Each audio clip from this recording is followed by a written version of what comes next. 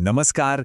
आज हम सब मिलकर एक बहुत ही खास सफर पर निकलने वाले हैं, भारत के उन 12 सबसे पवित्र धामों की यात्रा पर जो भगवान शिव को समर्पित हैं। इन्हें हम ज्योतिर्लिंग के नाम से जानते हैं। देखिए, ये सिर्फ मंदिर या पूजा की जगह नहीं है, ये वो दिव्य स्थान है जहां माना जाता है कि शिव खुद प्रकाश के एक अनंत स्तंभ के रूप में प्रकट हुए थे। तो सवाल ये है कि भगवान शिव के ये 12 सबसे पवित्र धाम ये हैं कहाँ? चलिए इस दिव्य नक्शे पर साथ साथ चलते हैं और हर एक ज्योतिर्लिंग के पीछे की अनोखी और दिलचस्प कहानी को जानते हैं। अच्छा, इस सफर पर आगे बढ़ने से पहले ये समझना जरूरी है कि ज्योतिर्लिंग का आखिर मतलब क्या होता है। ज्योति का मतलब है प्रकाश और लिंग का मतलब है प्रतीक। तो ज्योतिर्लिंग भगवान शिव की उस निराकार शक्ति का प्रतीक है, एक ऐसा दिव्य प्रकाश का स्तंभ जिसकी ना कोई शुरुआत है और ना ही कोई अंत। तो चलिए अपनी यात्रा शुरू करते हैं पश्चिम भारत से, एक ऐसी जगह जहां आस्था और पौराणिक कथाएं एक दूसरे में पूरी तरह से रची बसी हैं। और हमारा पहला पड़ाव है गुजरात का सोमनाथ मंदिर। यहाँ की कहानी जुड़ी है चंद्रदेव से। हुआ यूं कि उन्हें अपने ससुर राजा दक्ष से श्राप मिला कि उनकी चमक धीरे धीरे खत्म हो जाएगी। जब चंद्रदेव ने अपनी रोशनी खोनी शुरू की तो उन्होंने भगवान शिव की बहुत कठोर तपस्या की। शिव जी उनकी भक्ति से इतने खुश हुए कि उन्होंने चंद्रमा को श्राप से पूरी तरह तो नहीं पर आंशिक रूप से मुक्त कर दिया, और तभी से चांद के घटने और बढ़ने का वो सिलसिला शुरू हुआ जो आज तक जारी है। इसीलिए यहाँ शिव सोमनाथ यानी चंद्रमा के स्वामी के रूप में जाने जाते हैं। अब गुजरात से चलते हैं महाराष्ट्र त्र्यंबकेश्वर की ओर। यहाँ की कहानी है ऋषि गौतम की, जिन पर कुछ दूसरे ऋषियों ने जलन की वजह से गो हत्या का झूठा इल्जाम लगा दिया था। इस पाप से छुटकारा पाने के लिए उन्होंने शिव जी की घोर तपस्या की। शिव प्रसन्न हुए और उन्होंने मां गंगा को धरती पर भेजा, जो यहाँ गोदावरी नदी बनकर बहने लगीं। जानते हैं इस ज्योतिर्लिंग की सबसे खास बात क्या है? इसमें 3 मुख हैं जो ब्रह्मा, विष्णु और महेश तीनों का प्रतीक हैं। महाराष्ट्र में ही सह्याद्री की खूबसूरत पहाड़ियों के बीच बसा है भीमशंकर। कहते हैं यहाँ कुंभकर्ण के बेटे राक्षस भीम ने बहुत आतंक मचा रखा था। उसने देवताओं को हराकर एक शिव भक्त राजा को बंदी बना लिया। तब उस राजा ने शिव से प्रार्थना की। अपने भक्त की पुकार सुनकर शिव प्रकट हुए और सिर्फ एक हुंकार से उस राक्षस को भस्म कर दिया, और फिर अपने भक्तों की रक्षा के लिए वे वहीं ज्योतिर्लिंग के रूप में बस गए। पश्चिम भारत में हमारा आखिरी पड़ाव है घृष्णेश्वर, और यहाँ की कहानी तो अटूट विश्वास की एक मिसाल है। घुष्मा नाम की एक बहुत बड़ी शिव भक्त थीं। उनकी अपनी ही बहन ने ईर्ष्या में आकर उनके बेटे की हत्या कर दी। सोचिए, इतने बड़े दुख के बाद भी घुष्मा ने शिवजी की पूजा नहीं छोड़ी। उनकी इस जबरदस्त आस्था को देखकर शिव इतने प्रसन्न हुए कि उन्होंने उनके बेटे को फिर से जीवित कर दिया, और घुष्मा की प्रार्थना पर करुणा के स्वामी के रूप में हमेशा के लिए वहीं स्थापित हो गए। चलिए अब पश्चिम से भारत के दिल की ओर बढ़ते हैं, यानी मध्य और उत्तर भारत, जहां समय और सृष्टि की बड़ी बड़ी कहानियां हमारा इंतजार कर रही हैं। और हम आ पहुंचे हैं उज्जैन, महाकाल की नगरी में। महाकालेश्वर, जिन्हें समय का स्वामी कहा जाता है।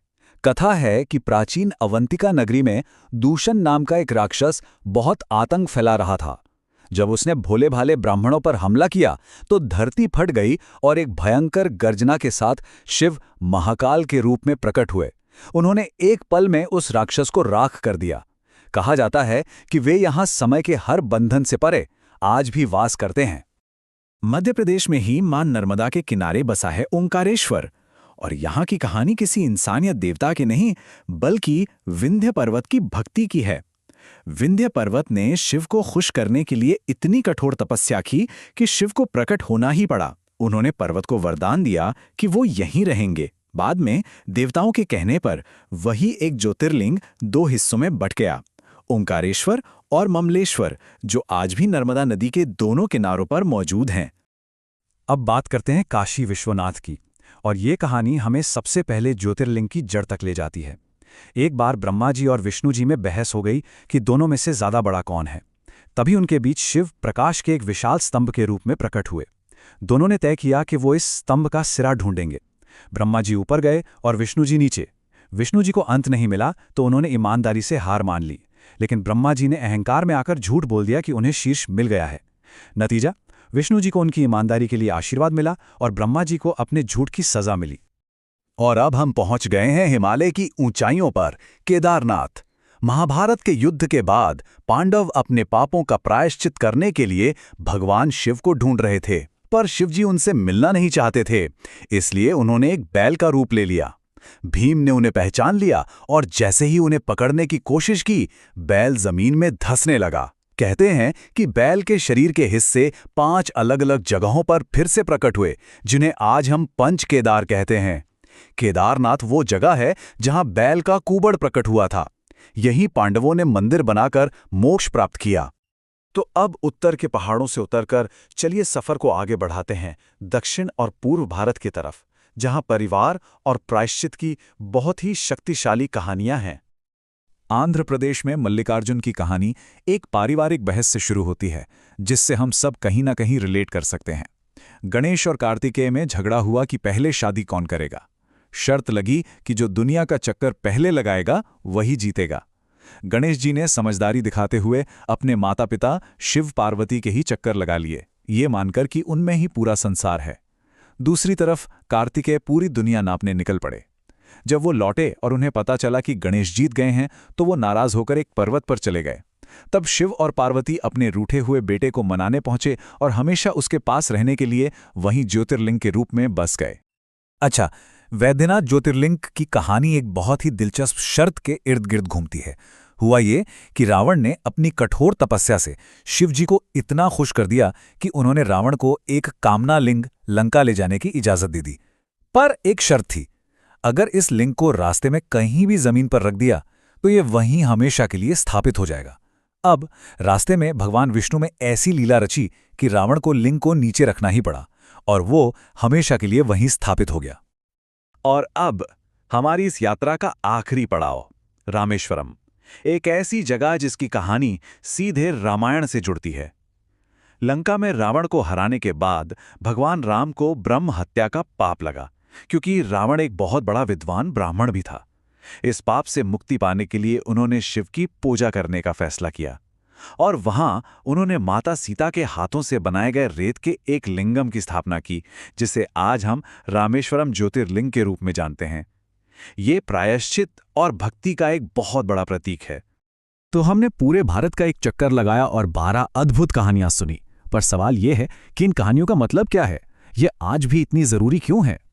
अगर इन सारी कहानियों को एक साथ देखें ना, तो कुछ बातें साफ नजर आती हैं। सबसे पहली और सबसे जरूरी बात है भक्ति की शक्ति, चाहे वो एक राजा की हो, एक ऋषि की या घुष्मा जैसी एक आम स्त्री की। ये कहानियां हमें अहंकार और झूठ के बुरे नतीजों के बारे में भी सिखाती हैं और ये दिखाती हैं कि शिव सिर्फ संहारक नहीं, बल्कि वो रक्षक भी हैं और दयालु भी। ये जगह हमें बताती हैं कि सच्चे मन से प्रायश्चित करने पर हर गलती की माफी मिल सकती है। तो जरा सोचिए, इन 12 दिव्य कहानियों में से कौन सी कहानी है जो दिल को सबसे ज्यादा छूती है? क्या वो घुष्मा का अटूट विश्वास है, या पांडवों का लंबा प्रायश्चित, या फिर भगवान राम का समर्पण? शायद इन कहानियां की असली खूबसूरती यही है कि हर किसी को इनमें अपने लिए एक अलग संदेश मिलता है। सोचने वाली बात है ना?